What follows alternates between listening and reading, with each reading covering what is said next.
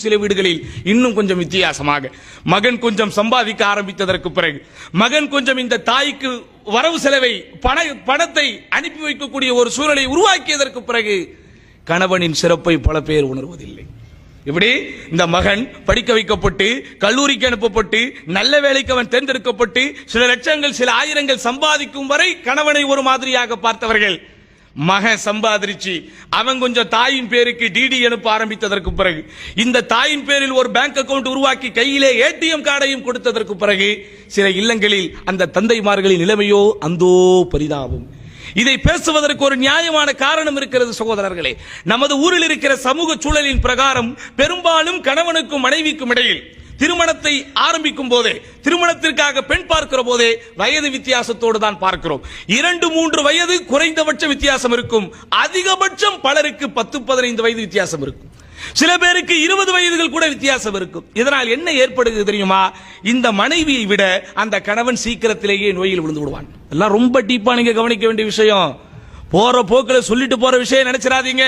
இதே சம்பவம் நாளை உங்கள் வீட்டிலும் இருக்கலாம், என் வீட்டிலும் இருக்கலாம். அல்லாஹ் காப்பாற்ற வேண்டும்.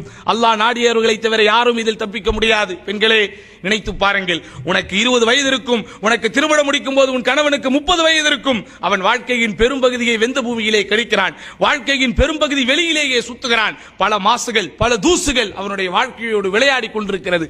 பல நேரங்களில் குறித்த நேரத்திற்கு அவனால் உணவு உண்ண முடியாமல் போகிறது. பல நேரத்தில் குறித்த நேரத்தில் அவனால் சிறுநீர் கூட கழிக்க முடியாமல் போகிறது.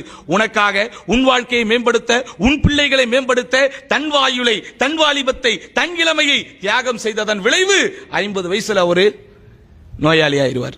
இப்ப யாரை அவர் பார்க்கணும்? அவரை பார்க்க வேண்டிய கடமை உணர்ச்சி யாருக்கு இருக்கிறது?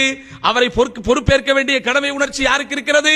அந்த நேரத்தில் தான் இந்த கணவன் வாலிபத்தோடு இருக்கும் போது, வயதிலே இருக்கும் போது என்னெல்லாம் செஞ்சாரோ எல்லாத்தையும் அப்பதான் சொல்லி காட்டுறது. உனக்கு வறுமையா? உனக்கு என்ன பாடுபடுத்தின நீ அன்னைக்கு, என்ன சேட்டைகள் செஞ்ச நீ, உன் அம்மா பேச்ச கேட்டுக்கிட்டு என்னெல்லாம் பண்ண, என் வீட்டுக்கு என்ன விட்டியா, என் வீட்டுக்கு என்ன இருக்க விட்டியா என்றெல்லாம் பேசி பேசி காயப்படுத்தின.